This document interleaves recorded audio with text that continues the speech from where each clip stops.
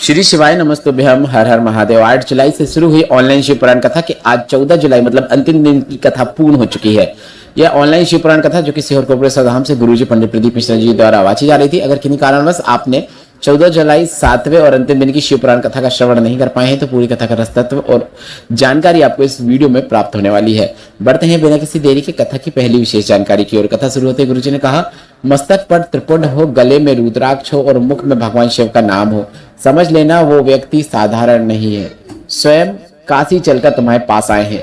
बढ़ते हैं आज की कथा की दूसरी विशेष जानकारी की ओर। गुरुजी ने कहा, एक बार मां पार्वती ने अमरनाथ की गुफा में प्रश्न किया, कई लोग ऐसे हैं जो अमरनाथ नहीं आ सकते हैं, सोमनाथ नहीं आ सकते हैं, मल्लिकार्जुन, रामेश्वरम, काशी विश्वनाथ नहीं जा सकते हैं, तो उन्हें तीर्थ के दर्शन का फल कब और कैसे प्राप्त होगा।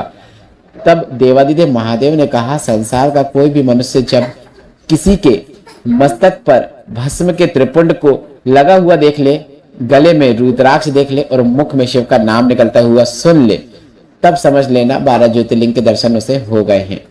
बढ़ते हैं तीसरी विशेष जानकारी की ओर। सीहोर कोपड़े धाम में 18,000 तक के रुद्राक्ष मतलब 18,000 संख्या में रुद्राक्ष रोज वितरित किए जाते हैं। मतलब 18,000 लोग आकर सीहोर से रुद्राक्ष लेते हैं जो कि बिल्कुल फ्री होता है, जिसके लिए आपको किसी को कोई राशि देने की आवश्यकता नहीं है।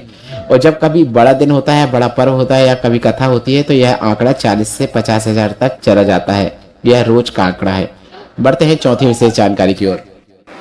कभी लगे कि हिम्मत हार रहे हो, दुखी हो रहे हो, तो गले में जो रुद्राक्ष पहने हो उसे अपने हाथ में ले लेना, उसे पकड़ना और कहना, बाबा बहुत दुखी हो रही हूँ, मुझे तुम्ही को संभालना है।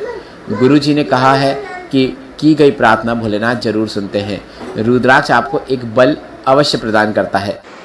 कथा करने वाला, भगवान की सेवा करने वाला कभी भी स्वयं को भगवान से नहीं जोड़ता है। वह जोड़ने का प्रयास करता है तो आपको शिव से जोड़ने का प्रयास करता है, कृष्ण से जोड़ने का प्रयास करता है, राधा से जोड़ने का प्रयास करता है, हनुमान से जोड़ने का प्रयास करता है, ना कि खुद से। बढ़ते हैं छठवीं विशेष जानकारी की ओर।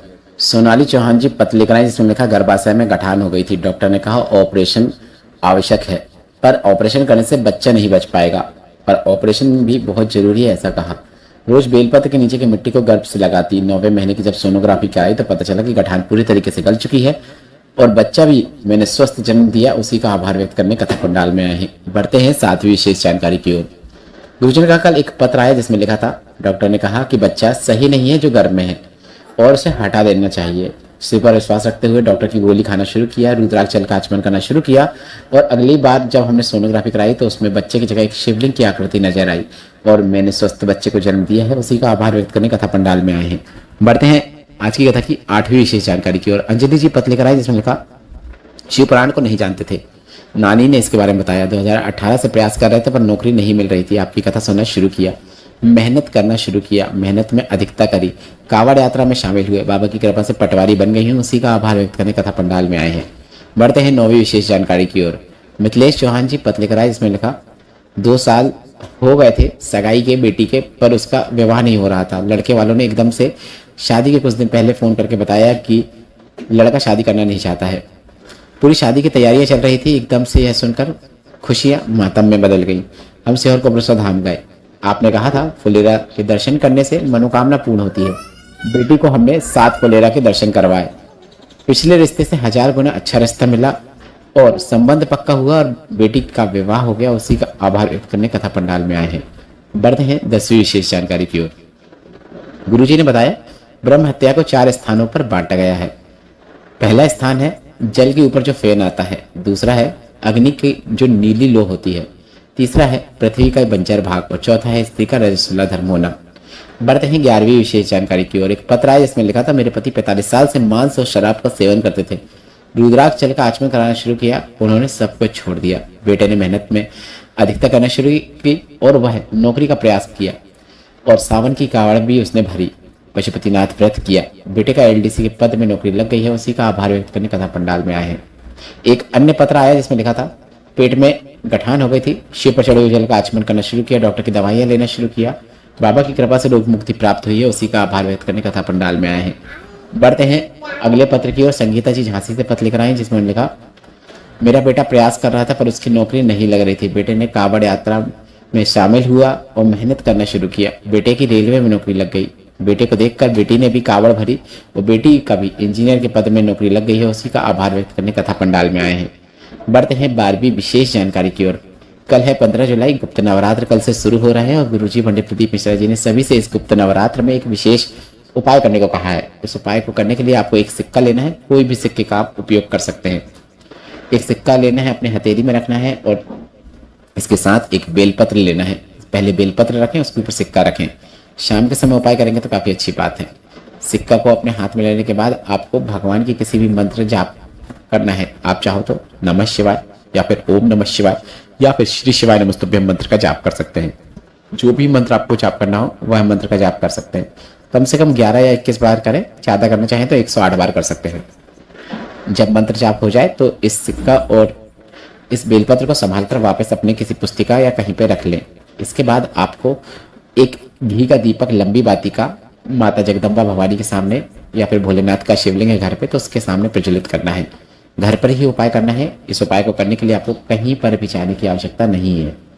जब आप दीपक प्रज्वलित कर देंगे, बस इतना ही करना है। ऐसा आपको लगातार 9 दिन करना है। 9 दिन जब आपके पूर्ण हो जाएंगे तो 9 दिन जब पूर्ण हो जाएंगे तब आपको बेलपत्र को शिवलिंग के ऊपर अर्पित कर देना है और जो सिक्का है उसे शिवलिंग पर स्पर्श कराते हुए अपने घर के जो भंडार होते हैं उसमें रख देना है, तिजोरी में रख देना है। घर के भंडार कभी भी खाली नहीं होते हैं, पैसा बढ़ता ही चले जाता है। गुप्त नवरात्र का यह विशेष उपाय है जिसे आपको इस गुप्त नवरात्र के 9 दिनों में जरूर करना है। रोज करें। 9वें दिन करने के बाद आपको सिक्का अपने पास रखना है, बेलपत्र को शिवलिंग पे अर्पित कर देना है। बस इतना ही करना है। इस उपाय से संबंधित प्रश्न आप कमेंट बॉक्स के जरिए जरूर पूछिएगा।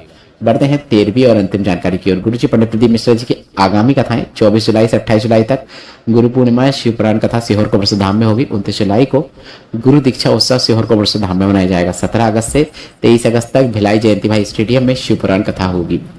इसके साथ ही सावन का जो मेला लगता है जिसमें लोग सीवन नदी से या फिर आसपास की नदियों से जल लेकर कोबरेश्वर धाम पहुंचकर जल केदारशिला में और शिवलिंग पर अर्पित करके सावन का भोलेनाथ को प्रसन्न करने का प्रयत्न करते हैं, तो यह 30 जुलाई से शुरू हो जाएगा। और 25 अगस्त का दिन आप सभी को नोट कर लेना है क्योंकि दिन बहुत विशेष है। मंगलवार की प्रदोष है जिसे हम भूम प्रदोष के नाम से भी जानते हैं।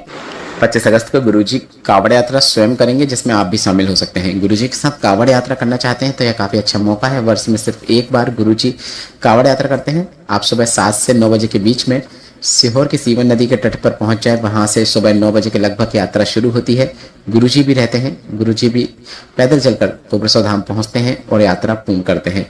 कम से कम 1 से 3 बजे के बीच में आप कोबरेश्वर धाम पहुंच जाते हैं और यह यात्रा पूर्ण होती है जो कावड़ यात्रा है। और इसका लाभ आप प्राप्त करना चाहते हैं तो 25 अगस्त को आप सीहोर पहुंच सकते हैं। वीडियो में बताई गई जानकारी संबंधित जितने भी प्रश्न वे सभी प्रश्न आप कमेंट बॉक्स से पूछ सकते हैं। वीडियो उपयोगी लगा तो लाइक करके कमेंट बॉक्स में हर हर महादेव जरूर टाइप करें। श्री शिवाय नमस्तुभ्यम। हर हर महादेव।